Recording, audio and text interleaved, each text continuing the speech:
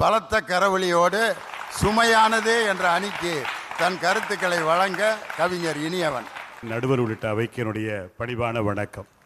திருமணங்கள் நடக்கிறதெல்லாம் இருக்கட்டும், முதல்ல கல்யாண பத்திரிக்கையை ஒழுங்கா அடிங்க.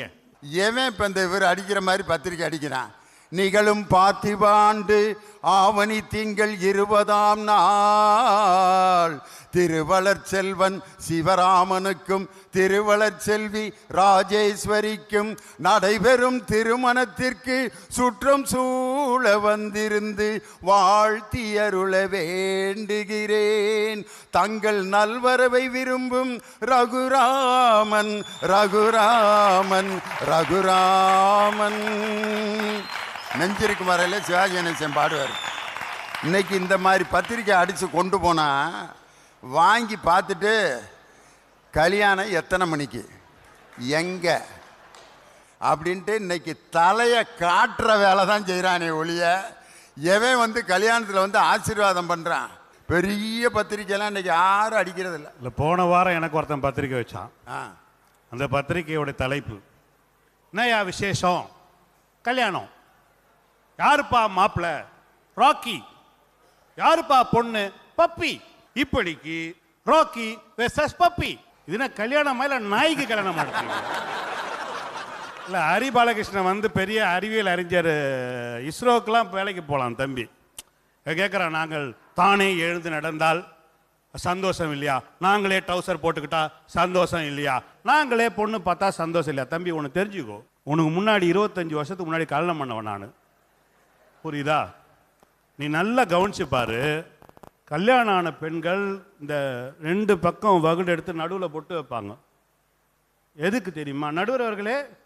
எதுக்குன்னு நான் கேட்டேன் ஒரு அம்மாட்ட. எல்லாம் வைக்கிறாளுங்க, அதனால தான் நானும் வச்சுருக்கேன் அப்படின்னுச்சு. இன்னொரு அம்மாட்ட கேட்டேன், எதுக்குக்கா கல்யாணத்துக்கு பிறகு இப்படி பொட்டை பெருசு பெருசாக வைக்கிறேன்னா, இதையும் வைக்கலைன்னா 5 வயசு சைக்கிள் எடுத்துக்கிட்டு பின்னாடியே அலையிறான், அவனுங்கள்ட்ட இருந்து தப்பிக்கிறதுக்கு தான் பொட்டை பெருசு பெருசாக வச்சுக்கிட்டு இருக்கான்னுச்சு.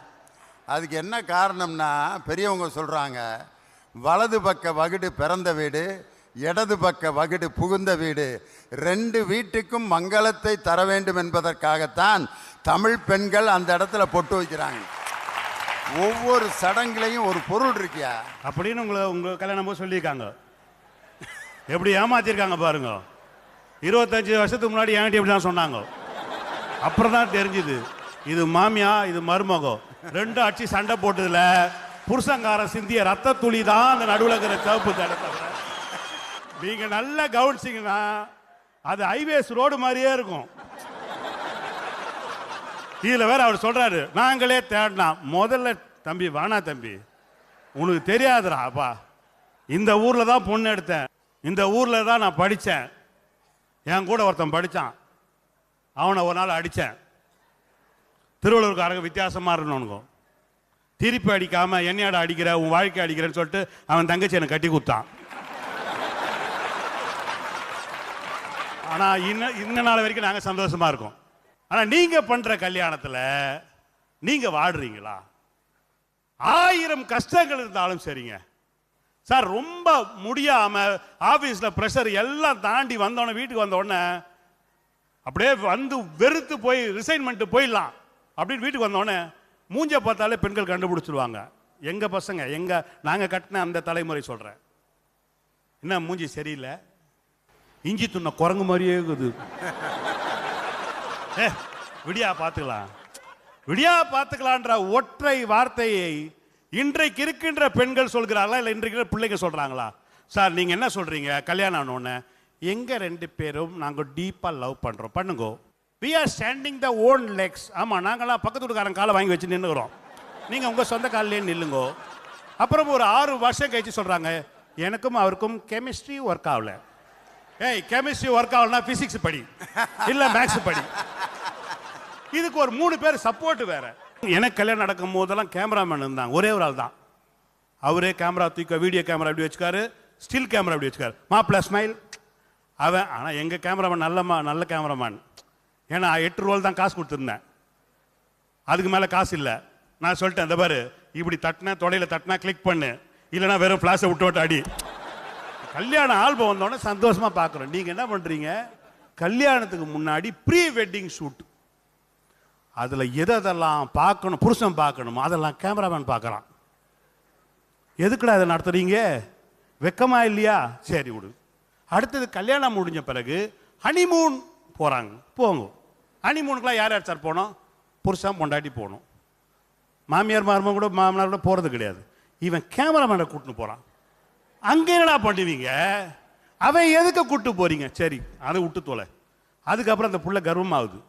அப்புறம் பிரெக்னன்சி ஷூட், அந்த நிற மாச வயிறை அவர் பிடிச்சி நிற்பாரான், இவர் கீழே இருந்து எடுப்பாராம். உங்களை விஷம் வச்சு கொன்னா என்னன்னு கேட்கிறேன். என்னையா கொலகாரன் நான் மாறிட்டேன் பட்டிமன்றத்தில் பேச சொன்னதுக்கு. இதெல்லாம் எவ்வளவு பெரிய தப்பு. இது ஒரு தாய்மையுடைய அடையாளம் சார். ஒரு பொண்ணு கர்ப்பம் ஆயிட்டு போறான்னு வச்சுங்களேன், புருஷன் கூட சொல்ல மாட்டான். அவளுக்கு கர்ப்பம் ஆயிடுச்சு தெரிஞ்ச உடனே ரோட்ல போற பாட்டி சொல்லுவா, ஏய் ரெடி விசேஷமா? இல்ல மோஞ்ச பார்த்தாலே தெரியுதா, இப்போ உன் சொல்லிட்டியா வீட்டுக்கார்ட்ட? ஒன்றும் சொல்ல, அதுக்கு தான் போயினுக்கிறேன். இவ்வளவு மறைவான விஷயத்தை நீங்க போட்டோ எடுக்கிறீங்களான்னு உங்கள் 3 பேரையும் கேட்கின்றேன். நீங்கள் எடுத்த போட்டோ ஷூட்டை எல்லாம் வீட்டுக்கு வர விருந்தாளிகிட்ட காட்டி பாருங்கன்னு சொன்னா அவருடைய மனசுல சந்தோஷம் வருமா? பதில் சொல்லணும். நீங்க முந்தா நாள் ஒரு பொண்ணு போட்டிருக்கா சார், டைவர்ஸ் ஷூட். அவ டைவர்ஸ் வாங்கிட்டாலும் அதை போட்டோ போட்டிருக்கா இன்ஸ்டாகிராம்ல. இவ்வளவு நீங்க போட்டோ ஷூட் நீங்க என்ன பண்றீங்கன்னா திருமணம் நடத்துவதில்லை, நீங்கள் நடத்துவது கான்செப்ட், ஈவென்ட். நீங்கள் நடத்துவது 2 மனங்களை சேர்ப்பதற்கான விஷயம் அல்ல. நீங்க ஊர் மெச்சிருக்கா பண்றீங்க. நாங்க சாப்பாடு போட்டோம் சார், சாப்பாடு கரெக்டா பந்தியில வைப்போம், கரெக்டா மிச்சம் மிஞ்சி போனா ஒரு 10 பேருக்கு இல்ல 50 பேருக்கு எக்ஸ்ட்ரா மீறும். இன்னைக்கு நீங்க என்ன பண்றீங்க? பிள்ளைங்க நீங்க டிசைட் பண்றது, பா 150 வெரைட்டி போடு, எவனும் சாப்பிடுறது கிடையாது, எல்லாம் குப்பையில போடு. இந்த நாட்டிலே சாப்பாடுக்கு வழி இல்லாம எவ்வளவு பேர் கஷ்டப்படுறான்னு ஒரு நாள் பட்டி இருந்து பாருங்க, உங்களுக்கு தெரியும் என்னன்னு சொல்லிட்டு. ஒரே ஒரு செய்தியை சொல்லி நான் நிறைவு செய்கின்றேன். ஒரு கவிதை படித்தேன். சாமி கும்பிடுகின்ற பழக்கமே இல்லாத அப்பா, சாமி கும்பிடுகின்ற பழக்கமே இல்லாத அப்பா என்னை அன்போடு அழைப்பார் சாமி என்று. அந்த அப்பாவுக்கு தயவு செஞ்சு துரோகம் பண்ணார். நண்பர்களே, உங்கள் வீட்டிலும் என் வீட்டிலும் ஒரு அம்மா ஒரு அப்பா, 10 மாதம் சுமந்த அப்பா, பெக்கும் போது வெளியே வந்து குட்டி போட்ட பூனை மாதிரி ஒருத்தன் சுத்திட்டு இருந்தான அந்த அப்பா, பிள்ளைக்கு ஏதாவது ஆயிடப்படும் தூக்கி தோல்லே வச்சுட்டு இருந்தாரு அந்த அப்பா. ஏதாவது ஆயிடக்கூடாது சொல்லிட்டு கண்ணு முன்னாடி தூங்காம பார்த்தல அந்த அம்மா. எங்க தம்பிக்கு எதாவது ஆயிடக்கூடாது காலை பிடித்து அழுத அந்த அண்ணன். எங்க அண்ணன் பெரிய ஆள் சொல்லிட்டு கூடவே சுத்தின அந்த தங்கச்சி. இவ்வளவு பேர் பார்த்து நடத்துகின்ற திருமணம் தான் நிச்சயமாக வெற்றி பெறுகிறது. உங்களுடைய திருமணங்களில் ஆடம்பரங்கள் இருக்கிறது, ஒரு காலம் அர்த்தங்கள் இல்லை என்று கூறி வாய்ப்பளித்த நல்ல உள்ளங்களுக்கு நன்றி பாராட்டி விடைபெறுகிறேன். நன்றி, வணக்கம்.